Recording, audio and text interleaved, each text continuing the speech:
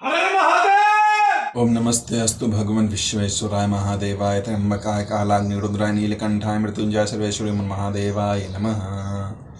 क्या हम लगातार नाम जाप कर सकते हैं? इसका जवाब है बिल्कुल हाँ। हम मानसिक रूप से किसी भी अवस्था में, चाहे कैसी भी अवस्था हो, कोई सी परिस्थिति हो, लगातार नाम जाप कर सकते हैं। और ये जो मैं शास्त्र प्रमाण देने वाला हूँ, ये देवी भागवत महापुराण से है और तृतीय स्कंध है, 18वां अध्याय है, जिसमें एक कथा आती है राजा ध्रुव सिंधु की, जो पुष्य के पुत्र हैं, और उनका जो एक पुत्र होता है सुदर्शन, उन्हीं के ऊपर एक कथा है।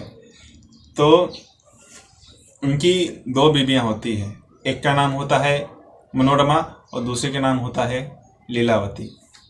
और मनोरमा से जन्म होता है सुदर्शन का और लीलावती से जन्म होता है शत्रुजीत का।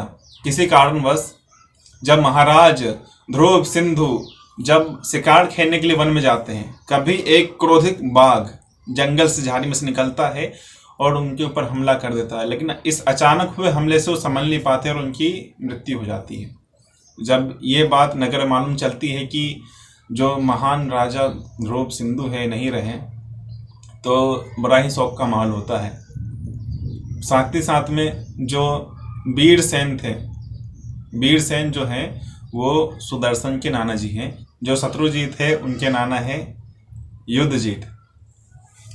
तो दोनों नाना आते हैं वहाँ पे, उन दोनों के, मतलब कि मनोरमा के जो पिताजी हैं वीरसेन और लीलावती के जो पिताजी हैं युद्धजीत, दोनों वहाँ पे आते हैं इस शौक के माहौल में।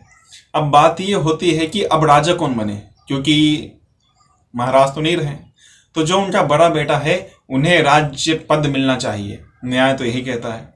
अब उसके बाद जो उनका बड़ा बेटा था और छोटे बेटे, दोनों ही मतलब कि कह सकते हैं दोनों ही सुयोग थे राज प्राप्ति के लिए। लेकिन बड़े बेटा को मिलना चाहिए, क्योंकि गुणों में कई सारी चीज़ों में उनका बड़ा बेटा ही बड़ा था। अब उसके जब ये विवाद चल रहा होता है, युद्धजीत जो है और वीरसेन, इन दोनों में भीषण विवाद खड़ा हो जाता है। मेरी पुत्री का बेटा राजा बने, मेरी पुत्री का बेटा राजा बने, उन दोनों में ये विवाद खड़ा हो जाता है। अब इस विवाद को देखते हुए धीरे धीरे विवाद बढ़ता है, लड़ाई में परिवर्तित हो जाता है। और फिर जो युद्धजीत है और वीरसेन, उन दोनों में बड़ा भयंकर युद्ध होता है। इस युद्ध के बारे में इसी अध्याय में आगे विस्तार पूर्वक बताया गया है। वो युद्ध में बड़े ही तीक्ष्ण बाणें चलती है और बाणों की बरसात होने लग जाती है कि कोई भी इंसान दिखाई नहीं देता, बरसात होती है बाणों की। तो उसके बाद उस युद्ध में जो सुदर्शन के नाना जी थे वीरसेन, मनोरमा के पिता, उनकी मृत्यु हो जाती है। अब उनकी मृत्यु होने के बाद युद्धजीत है ये सोचता है कि जो सुदर्शन है मनोरमा का पुत्र, अगर मैं उसका भी वध कर दूं तो ये उचित रहेगा। शत्रु जो है उसे खत्म कर देना ही सही है। क्या पता है ये जो शत्रु है ये वापस हमें हमला करने के लिए, हम पे अधिकार जमाने के लिए, क्या पता है वापस आ जाए। तो उसे मारने के लिए वो निकल पड़ते हैं युद्ध भूमि से। अब जो मनोरम है, उनके जो विश्वसनीय सैनिक गण थे, मंत्री गण थे, विद्दल, तो उन्हें मालूम चल जाता है ये बात। और जो विद्दल है उन्हें लेके भागने तैयार करते हैं ताकि इन्हें किसी सुरक्षित स्थान पर रखा जाए, क्योंकि वो राजा के विश्वसनीय सलाहकार थे, विश्वसनीय मित्र थे। तो विद्दल जो है भागते हुए जंगल में जाते हैं और भारद्वाज मुनि के आश्रम में पहुंचते हैं। अब भारद्वाज मुनि जो है उनसे पूछते हैं कि क्या हुआ, क्या परेशानी हुई, आप इतना व्यथित, इतना शोकयुक्त क्यों दिख रहे हो। तो जो मनोरमा है और सुदर्शन, वो विद्दल से इशारा करवाते कि विद्दल जी आप कहिए, क्योंकि मंत्री थे। अब जो विद्दल है वो पूरी घटना विस्तारपूर्वक बताते हैं कि किस तरह से ध्रुव सिंधु की मृत्यु हो गई शिकार जब खेलने गए थे एक शेर की वजह से, और जो युद्धजीत है उन्होंने वीरसेन जो है उन्हें मार दिया है और इन्हें भी मारना चाहते हैं। यहीं पर ये कोई भी यहाँ पे आपको परेशान नहीं करेगा, यहाँ के नियमों का पालन करना और फल मूल खाकर रहना। तो बोलते हैं ठीक है और वहाँ पर रहने लग जाते हैं। अब उसके बाद युद्धजीत को ये बात मालूम चला कि भारद्वाज मुनि के आश्रम में गए हुए हैं। अब युद्धजीत जो है अपने पूरा सैन्य बल के साथ वहाँ पे जाता है उन्हें मारने के लिए। और भारद्वाज मुनि को पुकारता है कि भारद्वाज मुनि बाहर निकलिए। कहाँ है वो सुदर्शन और उसकी माता, उनका मैं वध कर दूंगा। तब भारद्वाज बोलते कि नहीं, तुम उसे नहीं मार सकते, उसने भला तुम्हारा क्या बिगाड़ा है, अभी तो वह बहुत बालक है, उससे भले ही तुम्हारे क्या शत्रुता, तुमने जिससे शत्रुता थी उससे तो निकाल लिया। तुम्हारा जो मतलब कि पुत्री का पुत्र है शत्रुजीत, उसे तो तुमने राज प्राप्त करवा दिया ना, तो अब इस युद्ध का, इस वध का क्या कारण है। लेकिन युद्धजीत सुनता नहीं है। उसके बाद भारद्वाज मुनि कहते हैं कि मैं उन्हें नहीं दूंगा, अगर तुम में शक्ति हो तो ले जाओ। और तभी उनके जो युद्धजीत के जो सैनिक सब थे वे उसे समझाते हैं कि नहीं, रहने दीजिए, क्योंकि एक बार विश्वामित्र ने भी वशिष्ठ मुनि से गो ले जाने के बहाने अपनी पूरी सेना का संहार कर डाला था। ये कहानी आप सबको मालूम होगी, रामायण में वर्णित है कि एक बार विश्वामित्र जो है वो वशिष्ठ मुनि की जो है गाय लेना चाहते थे। वशिष्ठ मुनि बोला कि नहीं, मैं गाय नहीं दे सकता, और बहुत भारी संग्राम हुआ था जिसमें विश्वामित्र की सारी सेना का संहार हो गया। और उसके बाद विश्वामित्र ने अपने धर्म को और स्थिर किया और ऊर्जावान तरीके से अपने धर्म में स्थिर हुए। उन्होंने ब्राह्मण तत्व की प्राप्ति कर ली और विश्वामित्र जी फिर ब्राह्मण हो गए थे। तो भारद्वाज मुनि ने कहा था कि सती हो को ले जाओ। तो जो उनके मंत्री ने कहा कि हमें इनसे मतलब कि उलझना नहीं चाहिए, क्योंकि ब्राह्मण की शक्ति कई अधिक होती है, क्या पता ये अपने तपोबल श्राप दे दें या फिर अपने तपोबल की शक्ति से हमारे सैन्य संहार कर डाले, क्योंकि ये हमारे पूजनीय हैं, इनके तपस्या में विघ्न उत्पन्न नहीं करना चाहिए। तो युद्धजीत है ये सोच के चल देते हैं कि कभी ना कभी तो मारा जाएगा मेरे हाथों, और फिर वो चले आते हैं। और तभी एक समय की बात है कि जो सुदर्शन था वो गलती से विद्दल, कोई उन्हें पुकारता है, किसी का नाम लेता है विद्दल, तो गलती से क्लीम सुन लेते हैं।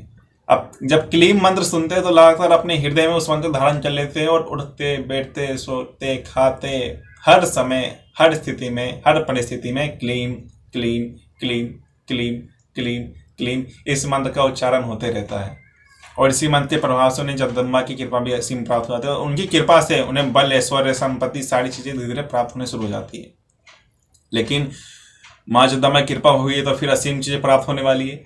अब उन्हें अपना राज्य प्राप्त हो जाता है, और ये कैसे, उसकी विस्तार से आगे बताता हूँ।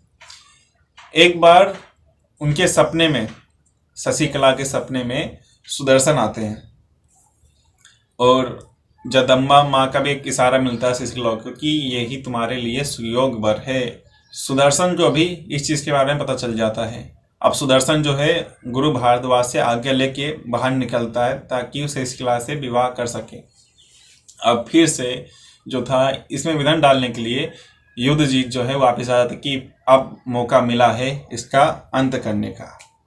तो फिर उसे फिर मारने का प्रयास करते हैं, लेकिन उससे पहले ही जो था सुदर्शन वो विवाह मंडप पे पहुंच जाता है, स्वयंवर जहाँ होने वाला होता है। अब सभी राजा से मजाक रहा कि इस पास तो ना तो राज्य है ना ही धन है, तो ये कहाँ से, इसे कहाँ से मतलब स्वयंवर में शशिकला वारण करेगी।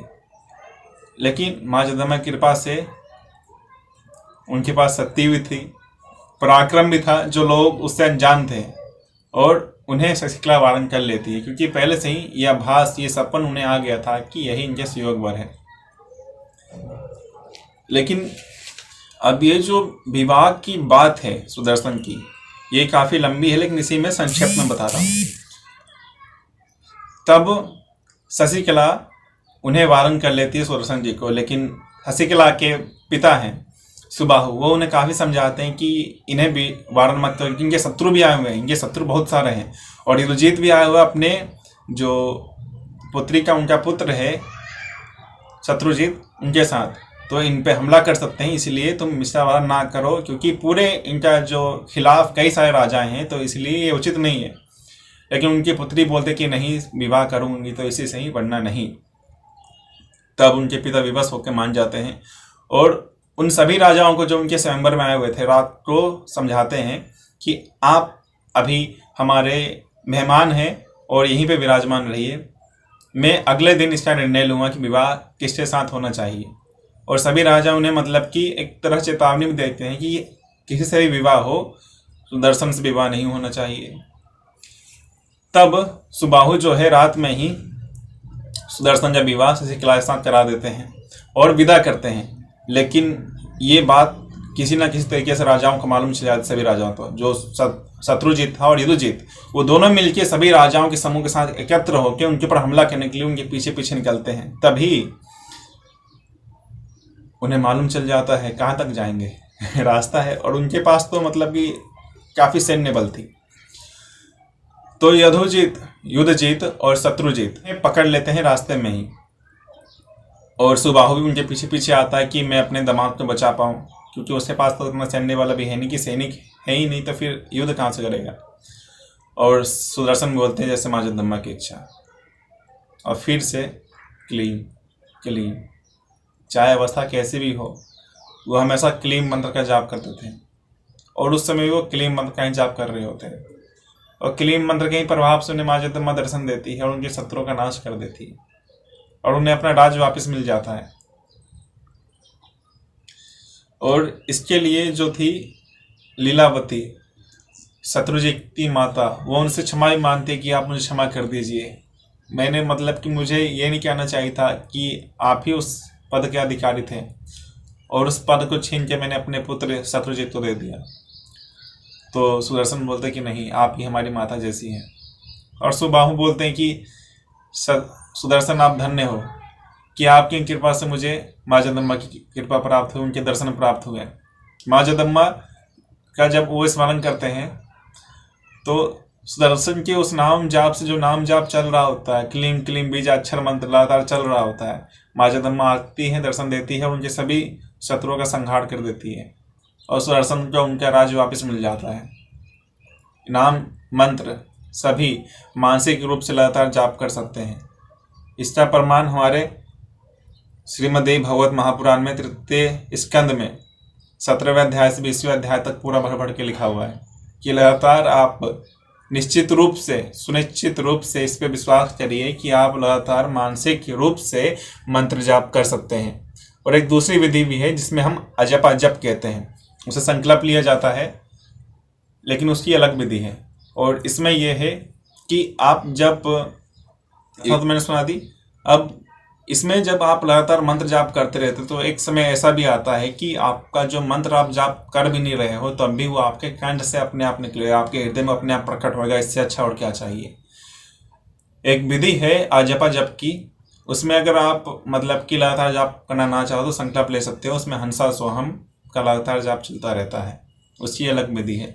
लेकिन मुझे ये अच्छा लगा कि अगर आप जप कर रहे हो लगातार मानसिक रूप से किसी भी मंत्र का, ओम क्लीम श्रीम ऐं क्लीम ह्रीम, किसी भी मंत्र का, तो वो लगातार आपके हृदय में लगातार चलता ही रहेगा।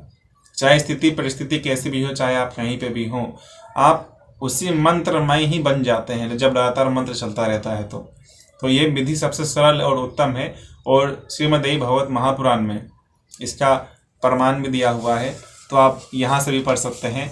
हर हर महादेव शंभो, हर हर शंकर।